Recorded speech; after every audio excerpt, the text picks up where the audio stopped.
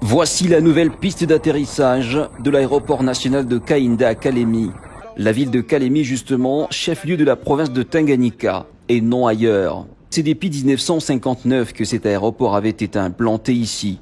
Depuis, il a subi quelques travaux par endroits, pour ainsi dire le Pointe-à-Temps, suite à sa détérioration et sa dégradation permanente, au risque même de causer l'interruption du trafic aéroportuaire. Plusieurs décennies après, à l'arrivée du gouverneur Zoé Kabila, par sa profonde détermination et son principe sacro-saint de toujours faire mieux et une bonne fois pour toutes, cette piste, qui mesurait initialement 1750 mètres de long, a été de fond en comble construite dans les normes requises par l'entreprise générale Malta Forest, sous l'œil vigilant de la Société congolaise de contrôle des travaux. Méticuleusement réalisée, cette piste mesure actuellement 2500 mètres de long et 40 de large, avec balisage sur quasiment toute la ligne d'atterrissage pour les activités de nuit.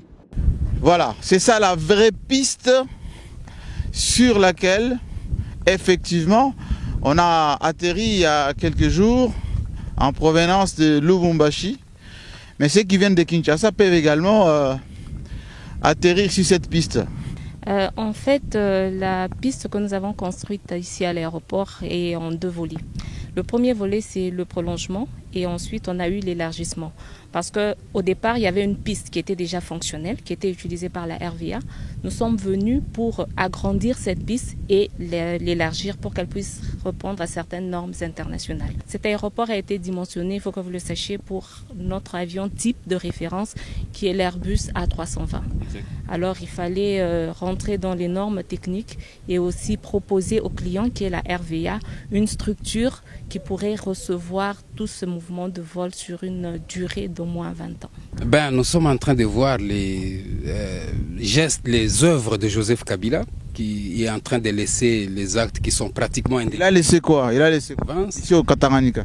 Ici au Tanganyika, vous êtes en train de visiter les chantiers. Vous avez ici l'aérogare, vous avez l'aéroport, vous avez les stades que nous allons visiter tout à l'heure. Vous avez les infrastructures routières, le boulevard Lumumba que vous avez vu. Vous allez voir le boulevard Joseph Kabila qui porte son nom. Je vous informe ici que c'est la population qui a décidé que ce boulevard... La population, c'est vous les kabilistes qui avez donné ce nom? Mais nous sommes la population. Nous sommes aussi la population. Et donc, kabilistes, ce ne sont pas des extraterrestres, c'est plutôt la population. Il est à noter que cette semaine spéciale de l'espace 50 dans la province de Tanganyika vous fera découvrir énormément de choses qui se développent à grande vitesse dans cette partie de la RDC grâce au savoir-faire du gouverneur élu Zoé Kabila Mwanzambala.